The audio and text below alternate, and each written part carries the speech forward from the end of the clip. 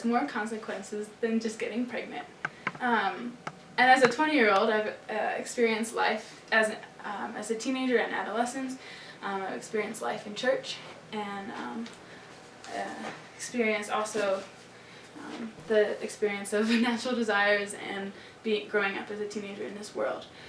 Genesis 2:24 says, "Man shall leave his father and his mother and hold fast to his wife, and they shall become one flesh."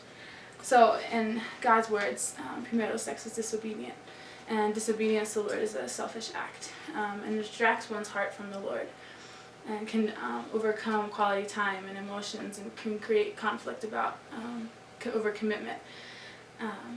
And as one college professor said, people's attempt to satisfy their inner longing for the thirst for a God-like something in their lives that can quell the inner longing for ultimate meaning that God places in their hearts. Premarital sex is disapproved by the creator of sex, as we saw in Genesis. However, it's becoming more and more acceptable in our generation, seen through the increase of teen moms and abortion laws. But as a church, we have the ability to enlighten and encourage and disciple the younger generation to walk in God's path and to gain an understanding and value of sex within marriage.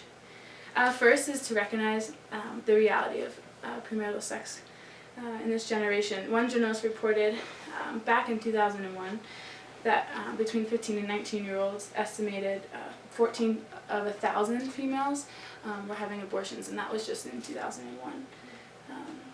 And through different institutions, they show that every different state has different abortion laws and different regulations, and that it is occurring. Through media's influence of TV and magazines and celebrity life that they hold so valued. The director of General Social Surveys said that he would call this a sexual revolution, a revolutionary uprooting of traditional sexual morality and an attitude and behavioral changes. The new morality and Playboy philosophy, free love and easy sex, wife swapping and swinging, coming out of the closet and living out of wedlock, X-rated movies, and full frontal fold-outs. These are all outcomes of media and the influence of the world. And he also states that few seem to mention or question the enormous change in our generation in the past years. But most importantly, we want to look at what God's view is of sex in and out of marriage.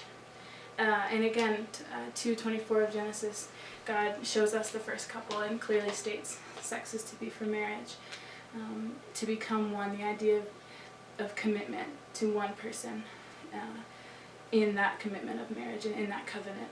Exodus 22:16 says, "If a man seduces a virgin who is not betrothed and lies with her, he shall give the bride price for her and make her his wife." Paraphrase, the sex before marriage, he is now must take her as his wife. And so that idea of sex is for marriage. In the story of David and Bathsheba in 2 Solomon 11, David acts selfishly on his own desires for her. He sees her and gets her and acts selfishly on that, even though she was not his wife.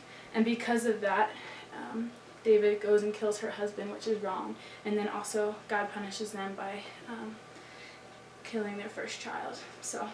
And then Hebrews 13:4 says, "Let marriage be held in honor among all, and let the marriage bed be undefiled, for God will judge the sexually immoral and adulterous." Now knowing the state of teens and God's perspective of sex within marriage, it is the church's responsibility to inform and guide and disciple teens to walk in God's truth and confidence. Data shows that with teens with parents who have a standpoint and morality towards sex within marriage are less likely to be sexually active growing up. And finally, 2 Timothy 3:16-17 says, "All scripture is breathed out by God and profitable for teaching, for reproof, for correction, and for training in righteousness. The man of God may be competent, equipped for every good work." Sex before marriage is part of our teen culture, but evidently not what God created it for. As a church, as God intended it to be, is to disciple the young for what God has called them to. And God desires his children to love him before all things, and disobedience is not a part of loving Christ. And so let us walk in unity and walk in faith, encouraging one another in this way. Thanks.